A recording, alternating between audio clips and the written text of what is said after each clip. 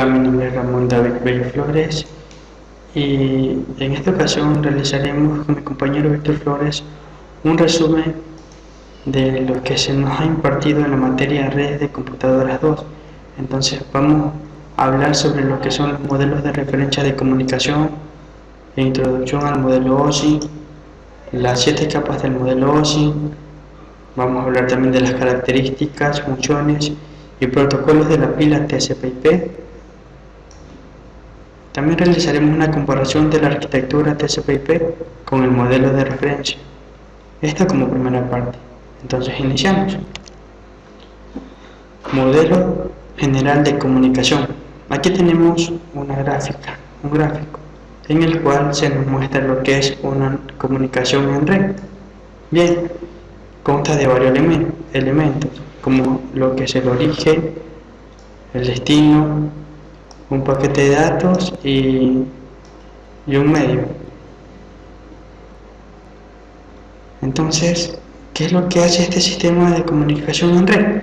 Lo primero que hace es que desde el origen parte un paquete y ese paquete viaja a través de un medio hasta llegar a su destino. Un medio puede considerarse un material por el cual viajan los paquetes de datos en este sistema de comunicación en red. Bien, pero para que surja una buena comunicación en esta red, tienen que hablar el mismo idioma. ¿Y cómo logran eso? Logran eso utilizando lo que son los protocolos. ¿Y qué es un protocolo?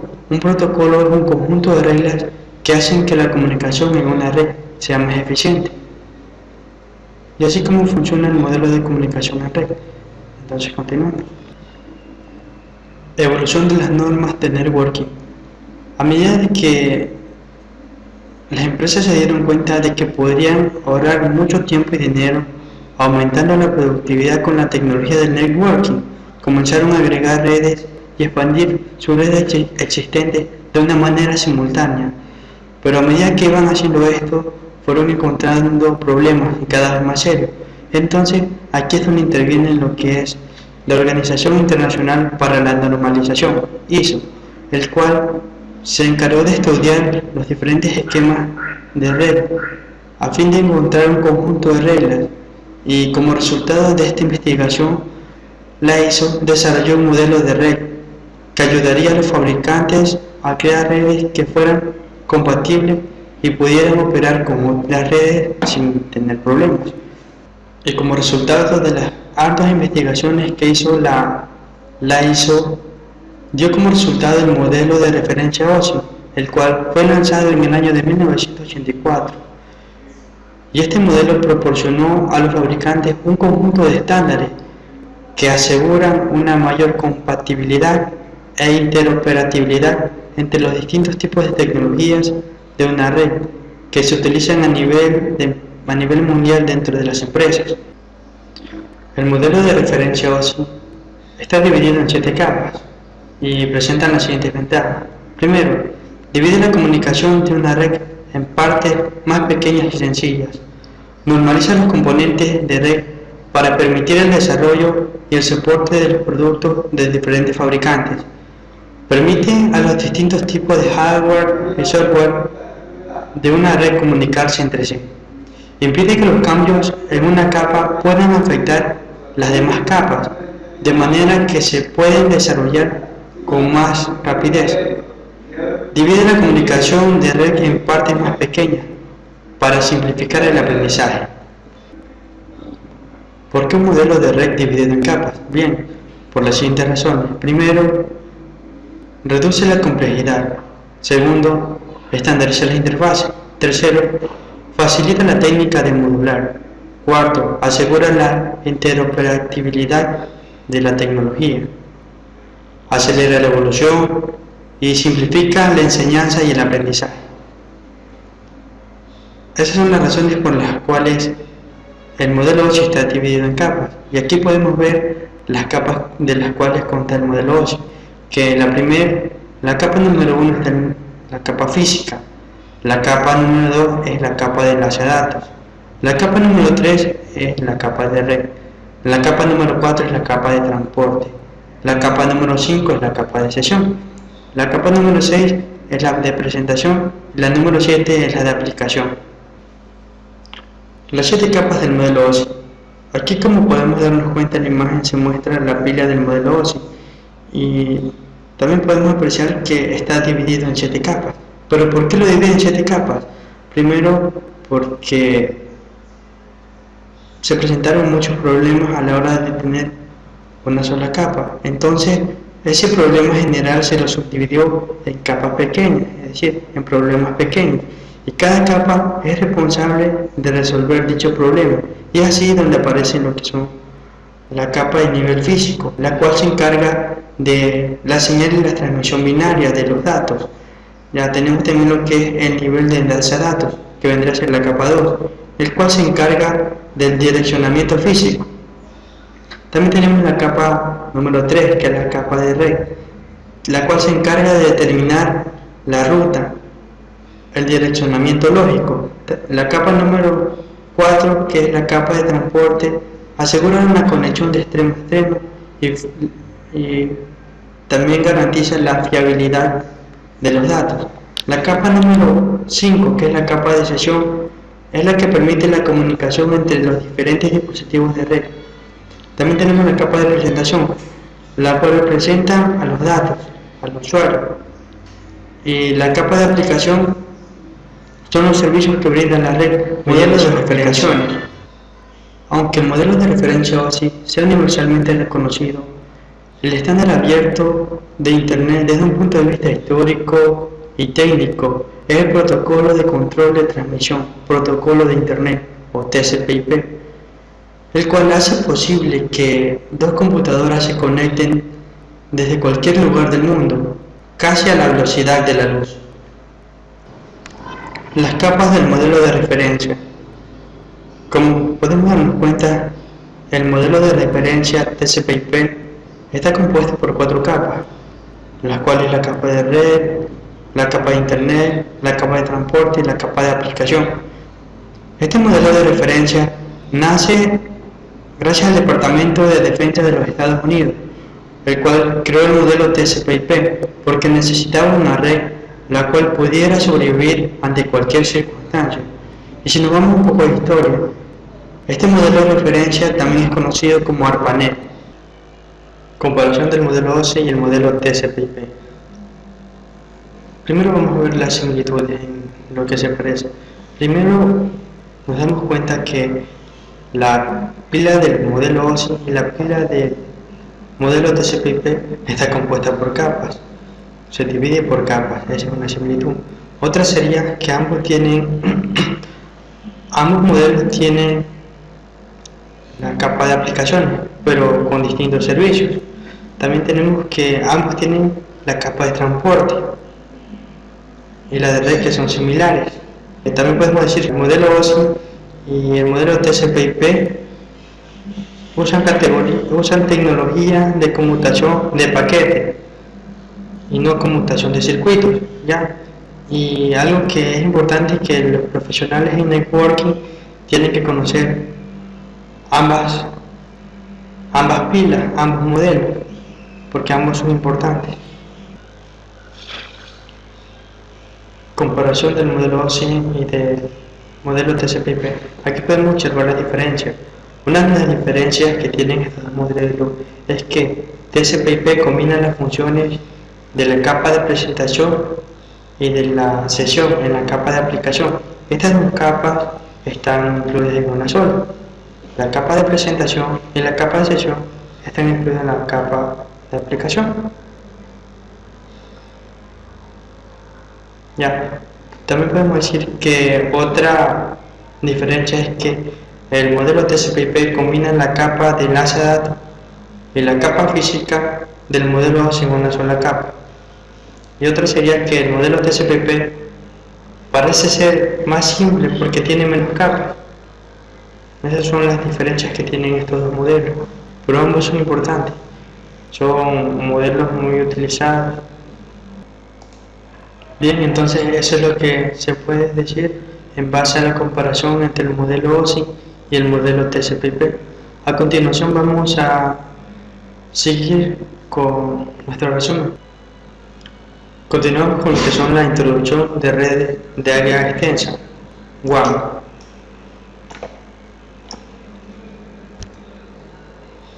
En esta unidad de competencia vamos a hablar sobre lo que es la introducción de las redes de área extensa, WAN, los conceptos de tecnologías de las redes WAN, los conceptos de conmutación, opciones de conexión de enlace a redes WAN, opciones de conexión por conmutación de circuito y también las opciones de conexión por conmutación de paquetes. Y para terminar esta unidad de competencia vamos a hablar sobre las opciones de conexión por internet. Entonces, continuamos. ¿Qué es una red WAN? Podemos decir que una red WAN es una red de comunicación de datos que opera más allá del alcance geográfico de una red LAN. Las redes LAN son utilizadas para conectar dispositivos, computadoras, pero dentro de un edificio o de una casa y solamente abarcan una zona geográfica pequeña. En cambio, una red WAN permite la transmisión de datos a través de distancias geográficas mayores que una red LAN. Las tres características principales que tiene una red WAN son las siguientes. La primera, las redes WAN generalmente conectan dispositivos que están separados por una área geográfica más extensa que de la que puede cubrir una red LAN. La segunda característica sería que las redes WAN utilizan los servicios de operadoras, como empresas proveedoras de servicios de telefonía, empresas proveedoras de servicios de cable, sistemas satelitales y proveedores de servicios de red. La tercera característica es que las redes WAN usan conexiones seriales de diversos dispositivos para brindar acceso al ancho de banda a través de las áreas geográficas extensas. Esas son las tres características principales que tiene una red, las redes WAN. ¿Por qué son necesarias las redes WAN? Porque los usuarios de computadoras domésticas necesitan enviar y recibir datos que corran distancias cada vez mayores, y también porque ahora es muy común que en los hogares los usuarios, las personas consumidoras, se comuniquen con los bancos, con las tiendas, con una gran variedad de proveedores de bienes y servicios que tienen su negocio tienen su negocio en internet y lo hacen mediante la interacción de varias computadoras, y también porque los estudiantes buscan información para las clases, para realizar sus trabajos, y no solamente se bastan con una base de conocimientos como una biblioteca local, sino que necesitan abarcar bibliotecas de otras partes del mundo y sacar información de diferentes fuentes. Por eso son necesarias las redes WAN. Aquí tenemos un ejemplo claro de una red WAN. Tenemos lo que es una red local de una sucursal y otra red LAN de un grupo de trabajo, y estas redes están unidas por una red WAN, la cual une estas dos redes LAN y forma una sola red WAN que abarca todo. Entonces continuamos. Aquí hay un ejemplo de cómo va evolucionando una empresa. Primero empieza con una oficina pequeña, donde tenemos una conexión a internet, donde solamente tenemos a 3 trabajadores. Pero ¿qué pasa a medida de que va creciendo nuestra empresa y nuestra red va evolucionando? Ahora tenemos ya una empresa que va evolucionando y por lo tanto su red también tiene que ir creciendo. Entonces tenemos aquí ya diferentes redes LAN. Tenemos una red LAN aquí, otra red LAN acá y otra red LAN acá. Ya tenemos un campo con varias redes LAN. Entonces, si nuestra empresa empezó de un lugar pequeño, va creciendo, y como va creciendo se tiene que extender. ¿Y cómo hacemos eso? Gracias a lo que es la red WAN, que permite la conexión de diferentes redes LAN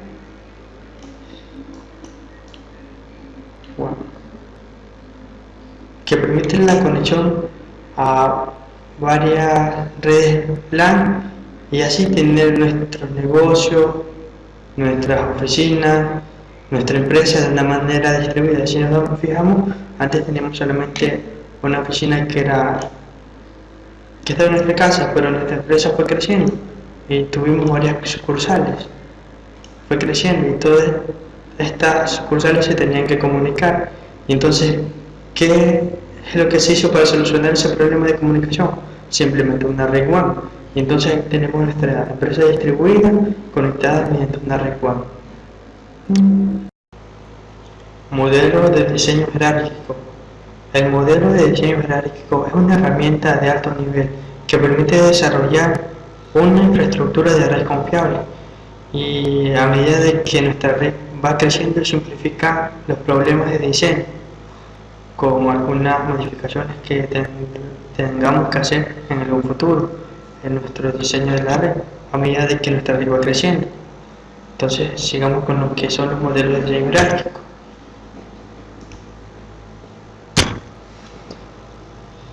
Aquí podemos ver que el modelo de red jerárquico está dividido por tres capas, que es la capa del núcleo, la capa de distribución y la capa de acceso.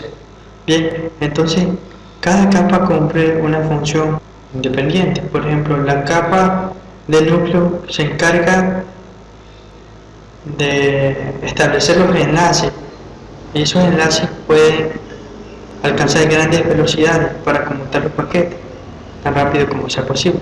La capa de distribución es donde se manejan las políticas de conectividad y también tenemos la capa de acceso, es donde permite el acceso de los usuarios a los dispositivos de la red. Y en sí, así es como está estructurado el modelo jerárquico dentro de una red, ya sea WAN o LAN. Para tener una buena comunicación dentro de las redes WAN es necesario tener protocolos, los cuales permitan a lo que es el origen y el destino hablar el mismo idioma. Y los protocolos de enlace de datos más comunes dentro de las redes WAN son el HDLC, el Peer-to-Peer, Front Relay y ATM. Aquí podemos ver que los enlaces de datos WAN de punto a punto dedicado se encuentran lo que es Cisco, HDLC y Peer-to-Peer, y lo que son los protocolos de enlace de datos conmutados por paquete se encuentran lo que es el X25, Front Relay y ATM. Y en los protocolos de enlace de datos conmutados por circuito tenemos a lo que es el ISDNS, el ISDN. Conceptos de conmutación WAN.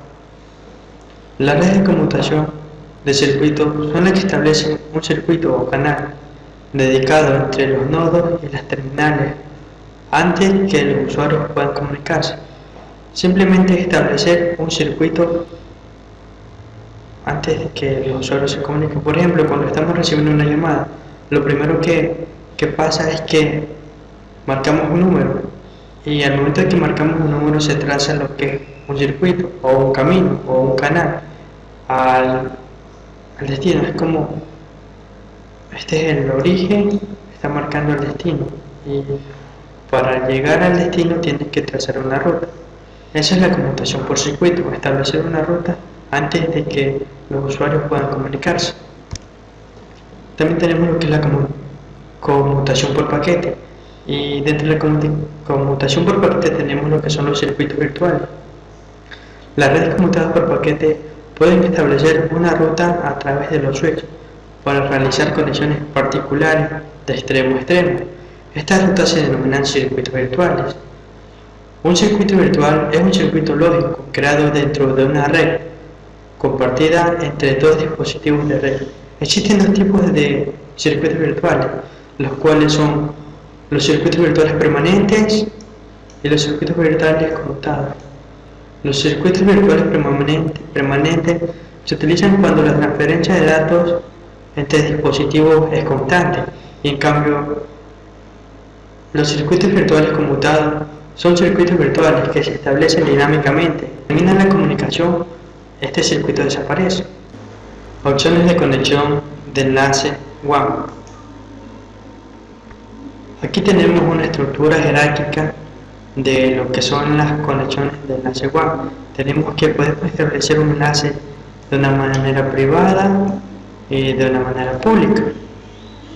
Entonces, si establecemos una conexión de enlace privada, puede ser esta dedicada o conmutada. Y si la conexión que se establece es privada y dedicada, utiliza lo que son las líneas arrendadas. En cambio, si se utiliza una conexión privada conmutada, utiliza lo que son los circuitos, la conmutación por circuito o la conmutación por paquete. Y dentro de la conmutación por circuito tenemos los protocolos los protocolos PSTN y también el ISNR. Y si tenemos una conexión conmutada por paquete, entonces los protocolos que se utilizan son el Front Relay, el X25 o el ATM. En cambio, si establecemos una conexión WAN con un enlace público, lo hacemos mediante internet y lo utiliza lo que es el ancho de banda. Y los protocolos que se utilizan allí son el DSL, un cable, acceso inalámbrico de banda ancha. Y aquí es como se resumen lo que son las opciones de conexiones a enlace WAN. Sigamos.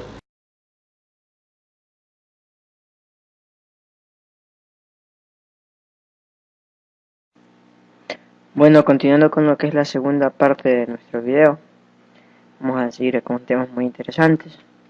Recalco que pertenecemos a la Universidad de Alquiler Faro Manabí, a la Facultad de Ciencias Informáticas, y este es un video que se nos ha solicitado en la asignatura de Redes de Computadores 2. Mi nombre es Víctor Manuel Flores Anchundia y seré quien nos guiará en torno al desarrollo de esta segunda parte del video. Los temas que vamos a tratar acá es una pequeña continuación de lo que es de PPP, Front Relay, ATM, transmisión de enlaces de fibra óptica y conveniencia con los enlaces WAN y los cables submarinos.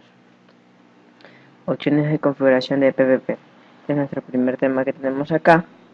Se basa en lo que es la parte del LCP y el PPP. Recordándoles que el LCP es el protocolo de enlaces de control. LCP.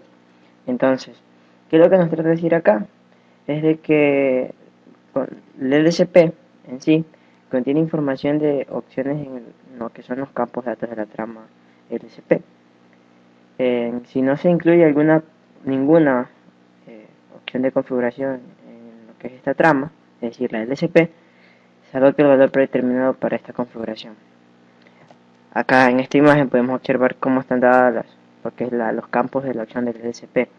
Vendría a ser el señalador, la dirección, el control del protocolo, centrándonos más bien en lo que es la parte de lo que es la variable de datos, en la que tenemos que a su vez está subdividida en lo que vendría a ser la trama LCP en sí, que está por el código, el identificador, la longitud y lo que son los datos, que de hecho están en varias longitudes. Si analizamos lo que es también la variable de datos en esta parte, tenemos que tiene tipo, longitud y información de opciones, la cual también está dada en varias longitudes, es decir, tiene varios tamaños.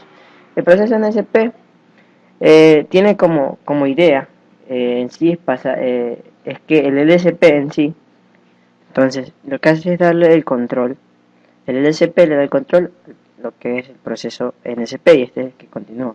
Un ejemplo claro acá para ser así rápidos es de que se utiliza en este caso el TCP, que es el protocolo de capa 3 más común en todo caso, y que una vez que el LSP estableció lo que es un enlace, los routers intercambian mensajes IPCP, los cuales en estos están lo que son las opciones específicas de los protocolos. Entonces acá ya tenemos lo que es esta parte. Entonces aquí lo que pasa a hacerse es que lo que es el IPCP se hace ya responsable de la configuración de la activación y la desactivación de los diferentes módulos de IP, y esto se da en ambos extremos del enlace. Esto es lo que es el NSP, que ya como quiera tiene el control. En lo que es las opciones de configuración de lo que es el PPP, tenemos lo que vemos acá. Tenemos la autenticación, la compresión, detección de errores, multienlace y la devolución de llamadas en PPP. Para tener una idea así concisa, autenticación está basada en la parte en que un router con otro, es decir, los routers en este caso, o varios routers, intercambian mensajes de autenticación, ya sea por PAP o CHAP, que ya más adelante daremos un poco de referencia acerca de esto. La compresión aumenta el rendimiento en lo que son las conexiones PVP, y lo que hace esto lo consigue al reducir la cantidad de datos en la trama. El momento enlace, perdón, la detección de errores identifica lo que son las condiciones defectuosas. Pueden haber varias partes hay errores. Entonces, las opciones de calidad y número mágico ayudan a garantizar un enlace de datos fiable. El multienlace, recordando que desde la versión del iOS, el sistema operativo del router Cisco en su versión 11.1, desde esa versión en adelante, ya admiten el PPP multienlace. Es decir, lo que nos da es un balanceo de carga, para que así se puedan realizar las diferentes tareas de una manera óptima. La devolución de llamada en sí lo que nos hace es darnos una seguridad, o más bien sería aumentar la seguridad. También recordando que la misma versión de lo que es el iOS 11.1 en adelante ofrece lo que es la parte de la devolución de llamadas en PPP. Con esta opción lo que nos da, como ya les digo, nos aumenta la seguridad. Entonces pasamos a lo que es la parte del otro tema, que vendría a ser FRAM Relay. ¿Qué es el FRAM Relay? FRAM Relay es un protocolo WAN de alto rendimiento. Funciona en las capas físicas y el enlace de datos del modelo de referencia OSI, tal y como podemos ver en la diapositiva. Fue Eric Scheiss, un ingeniero de Sprint International, quien inventó FRAM Relay en sí, como una versión más simple del protocolo X25, ya que para usar en las interfaces de la red digital de servicios integrados, actualmente hoy se usa a través de una variedad de otras interfaces de redes. Entonces, los proveedores de red comúnmente implementan actualmente lo que es FRAM Relay para voz y datos, como técnica de lo que es la parte del encapsulamiento. Utilizar entre redes de área local a través de una red de área extensa también. Entonces tenemos que tener bien en cuenta ese tipo de cosas. Tiene también mucha rentabilidad. Lo que son los costos también ya lo vamos a analizar un poco. Entonces pasemos a lo que es la parte de la rentabilidad. FRAM Relay es una opción más rentable por dos motivos que hay que tener en cuenta. En primer lugar, que incluye el bucle local y el enlace de red, como podemos ver en la imagen, en la diapositiva, perdón. Ya que posee con líneas dedicadas a los clientes, pagan por una conexión de extremo a extremo, se paga por conexiones directas. Proveedor de red puede brindar servicios a 40 clientes o más de 56 kilobytes. Esto también viene a lo que es la parte del comparte el ancho de banda en una base más amplia para lo que es la parte de clientes. Entonces eso hay que tener así bien un poco en cuenta. La flexibilidad, como vemos una imagen ahí en la cual está configurado lo que es el FRAM Relay. Con flexibilidad podemos decir que el circuito virtual proporciona considerable flexibilidad, ya que observa, si podemos observar la figura, podemos ver que todas las oficinas que se ven acá, todas las oficinas que están acá, a través de sus respectivos bucles locales, cada quien en su bucle local, lo que sucede en la nube no debe preocuparse en todo caso, preocuparnos en este momento, ya que lo único que importa es cuando una oficina de spam en sí desea comunicarse con cualquier otra oficina de spam. Entonces, cuando se necesita hacer una conexión entre varias oficinas, es decir, ahí no importa casi lo que es la parte de la nube. Y en este caso necesita más que conectarse a un circuito virtual que lleve a otra oficina. En FRAM Relay El extremo de cada conexión tiene un número de identificación denominado identificador de conexión de enlace de datos, que vendría a ser el DLSI. Lo que hace es conectarse con otra, simplemente si escribe la dirección de esta estación y el número de DLSI. Con esa ya se hace conexiones con Front Relay, que es una manera más fácil, eso que nos ofrece una gran rentabilidad.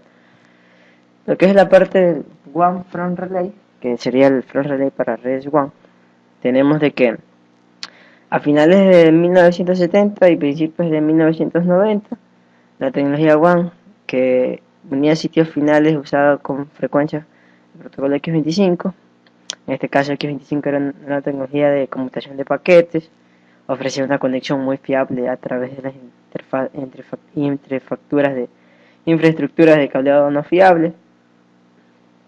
Tenemos que tener en cuenta que un Front Relay tiene menores gastos que lo que es la parte de X25, dado que cuenta con menos capacidades.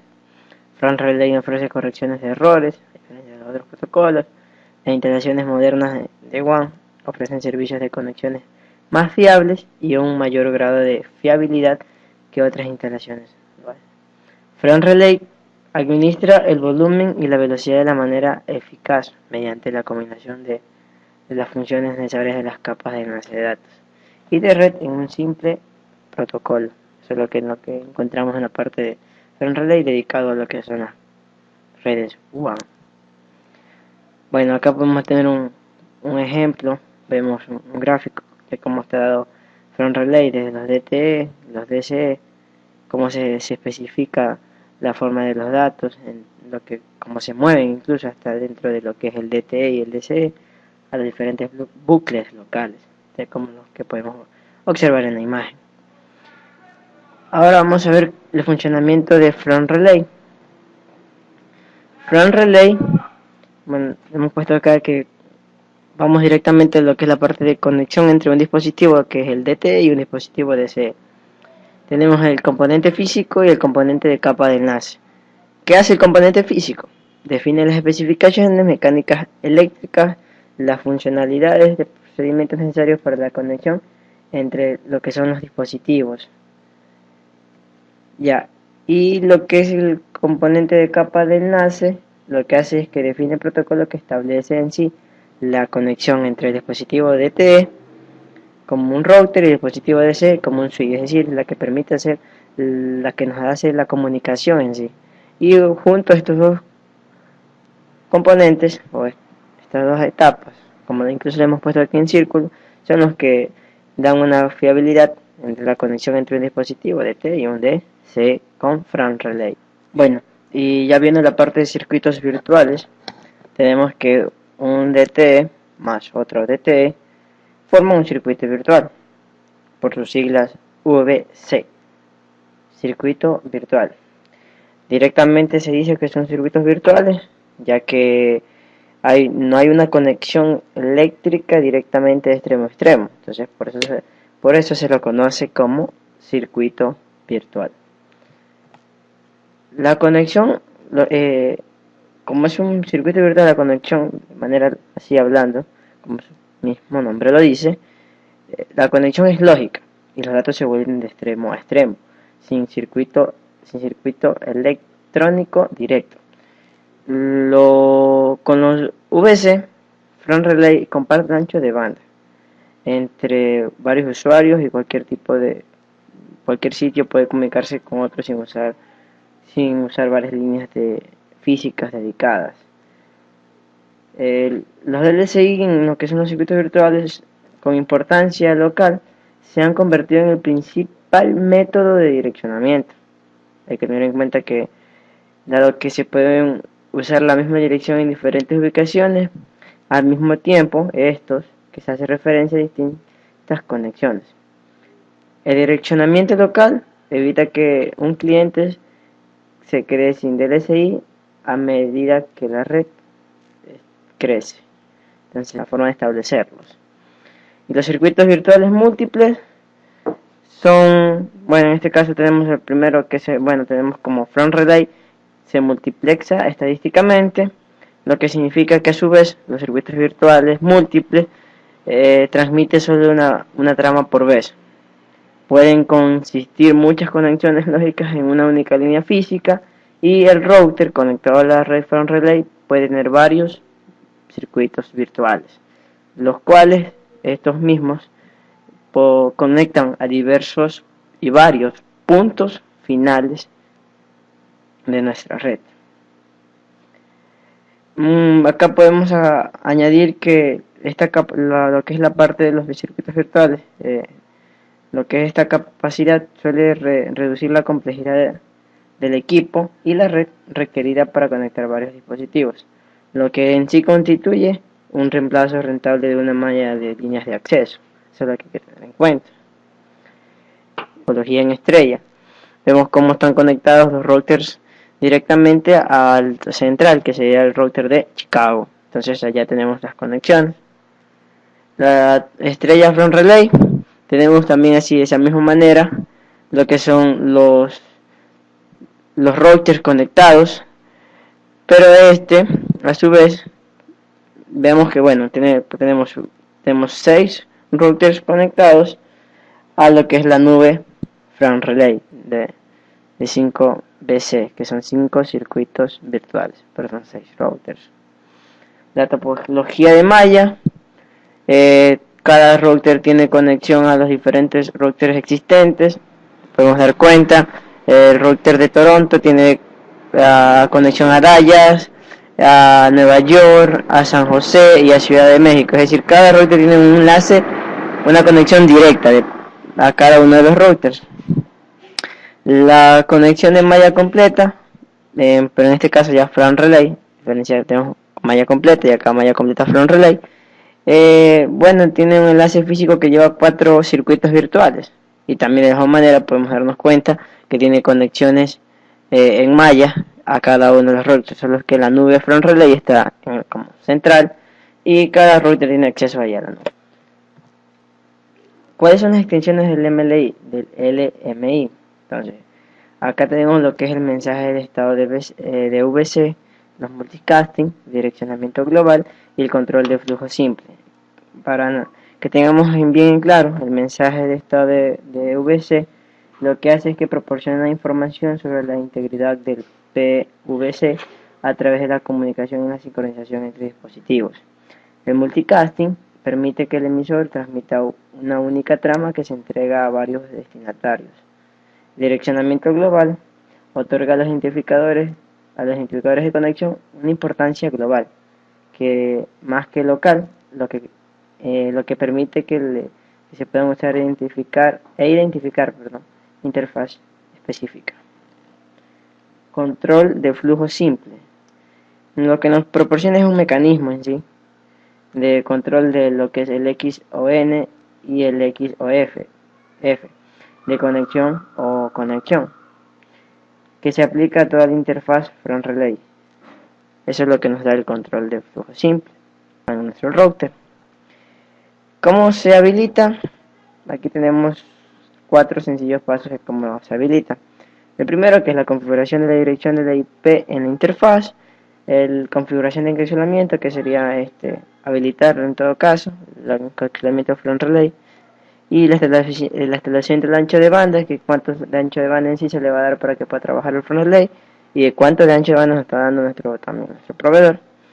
Y el paso 4 es la configuración de tipo de LMI, que en este caso se da de manera opcional, si es que se quiere que se haya esta comunicación entre los diferentes routers. Y lo que es la parte de lo que vamos a ver ahora, que es ATM, tenemos en cuenta que ATM en sí, lo que en su forma original así fue diseñada para trabajar con SONET, que lógicamente iba a ofrecer transporte de conmutación a las altas velocidades en las redes WAN, MAN, Campus y LAN. Ya podemos hacernos una idea de los diferentes tipos hacia qué fue orientado en sus inicios ATM, porque sí, originalmente fue diseñado para trabajar con SONET, luego cambia. En el caso debido a que QoS en IP y Fast Ethernet y Gigabit Ethernet no tiene sentido utilizar ATM cerca de la extensión de trabajo, solo en la backbone o en la red WAN, es decir, ya se lo empezó a utilizar de manera privativa. En este caso ya, como vemos en el último cuadro, podemos ver que ya lo están orientando al backbone. ATM es un estándar hay que tener en cuenta que es un estándar para Self Relay, donde mucha información de múltiples tipos de servicios, tales como voz, datos o videos, son transportados a través de las células pequeñas de tamaño fijo. Las redes ATM son orientadas a conexiones. También es otra cuestión que tenemos que tener en cuenta. Modelo de referencia ATM. Que encontramos acá? Que la arquitectura ATM utiliza un modelo lógico para describir la funcionalidad que soporta. Trabaja de manera lógica a las funcionalidades soportadas. Y ATM corresponde a la capa física de la parte de lo que es el enlace del modelo OSI. El modelo de referencia ATM, bueno, acá encontramos a que está formada así por control, user y manager. ¿Qué hace el control? Es responsable de generar y manejar señales de peticiones o petición. El user, responsable del manejo de la transferencia de datos. Y el manager, que trabaja o tiene dos componentes, que vendría a ser el Layer Manager y el Planet Manager. El Layer Manager maneja funciones específicas de la capa, tales como tenemos acá con la detección de errores y los problemas de protocolo, y el Planet Manager, que maneja y coordina funciones relacionadas al sistema completo. Y acá tenemos lo que son el modelo de referencia de ATM, pero ya basándonos a la parte de las capas. Ahora vemos que ya tiene las siguientes capas: la capa física, la capa ATM y la capa de adaptación ATM o AAL. La capa física, similar a lo que es la capa del modelo OSI, esta maneja la transmisión dependiendo del medio. La capa ATM, que combinada con la capa de adaptación ATM, es similar a la capa de enlace del modelo OSI, y esta es responsable para establecer conexiones y pasar celdas a través de la red ATM. Es decir, todo lo que se tiene en la celda se la pasa a las otras celdas de la red ATM. La capa de adaptación ATM, que realiza la función de preparar la información según sus requerimientos antes de que ésta la pase a la capa ATM, es donde se construyen las celdas. Aquí en la parte, bueno, acá vamos a la última parte, como les decía, y tenemos LSA.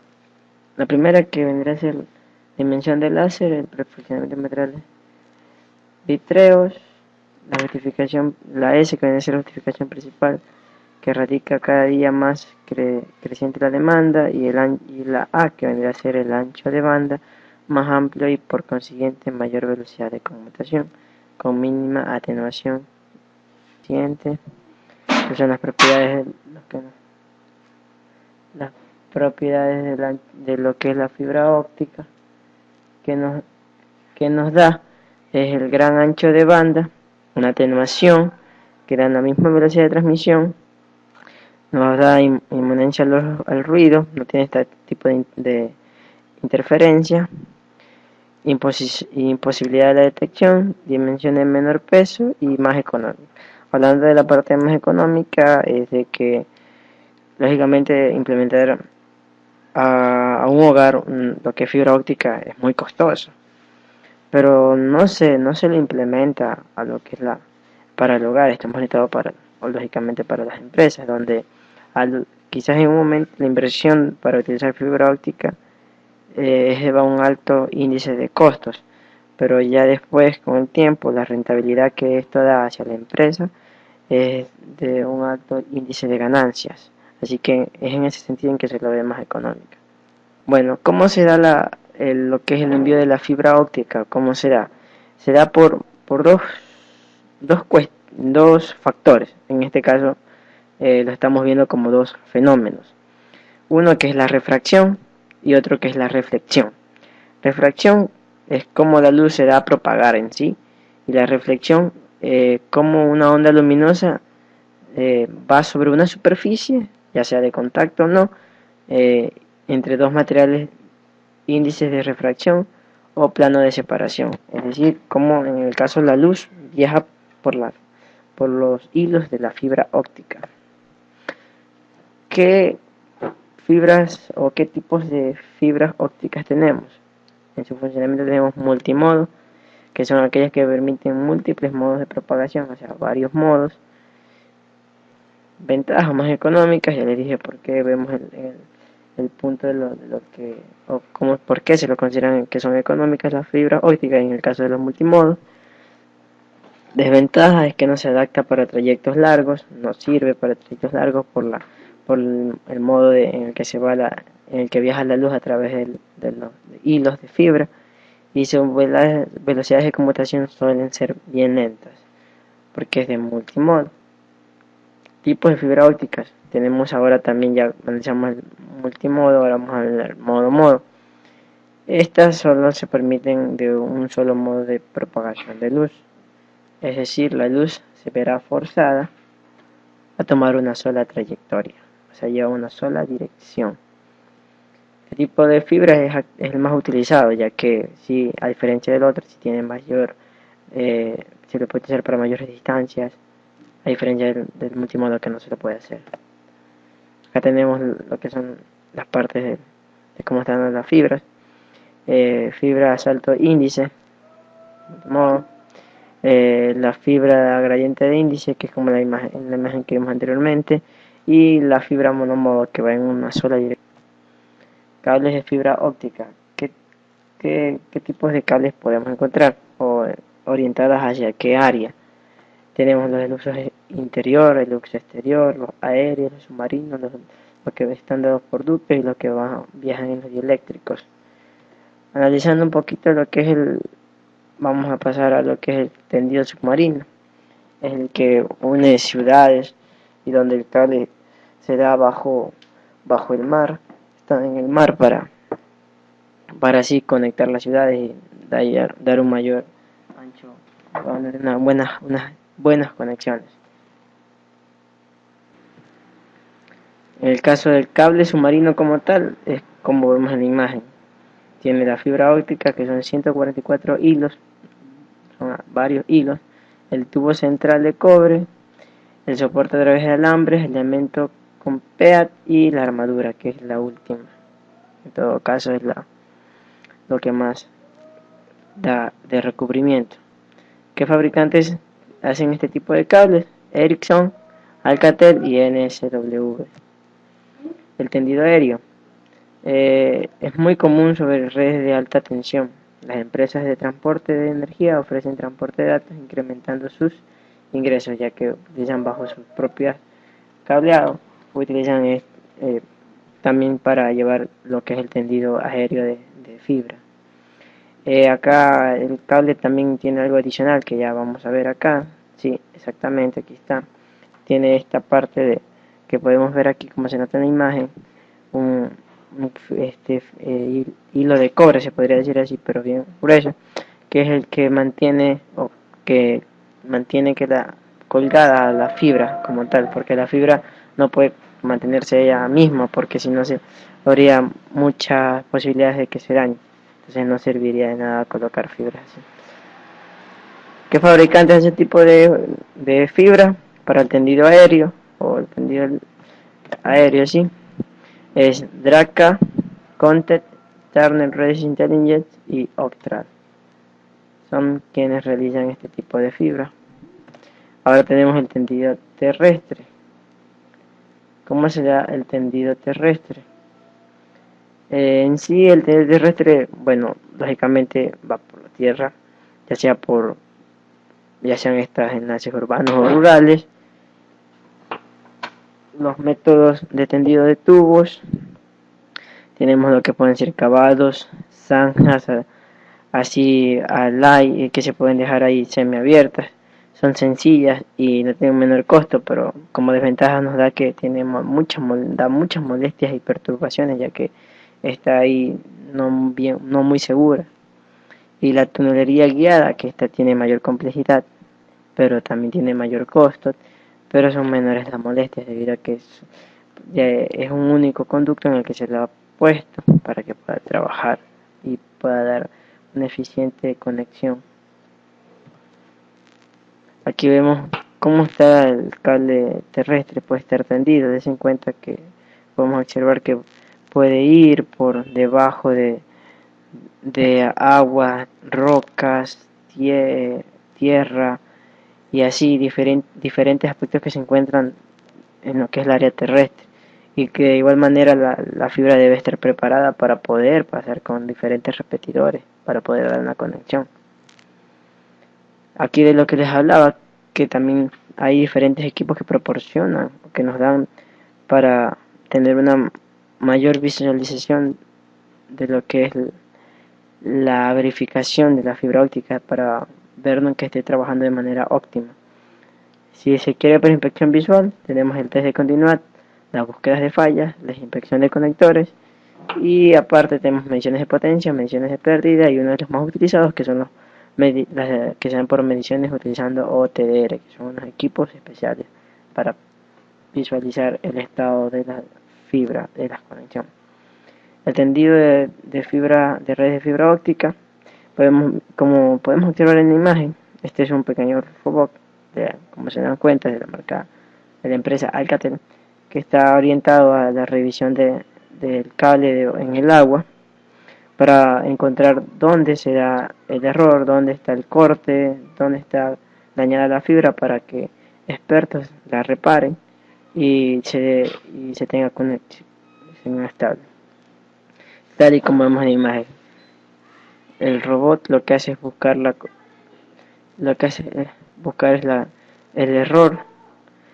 De ahí el buque sube los dos tendidos de cable, con lo cual precisamente la reparan, y así se sigue trabajando. Esa es la misión del robot como tal. ¿Qué tipos de buques? Son unos buques gigantescos que ya están especialmente creados, orientados hacia este tipo de cosas, para que pueda tener una buena visualización y puedan trabajar con este tipo de herramientas. De esta manera se ha finalizado el video acerca de los diferentes tipos y temas que existen en la parte de nuestra primer parcial de las redes de la asignatura de redes de computadores 2. Muchas gracias.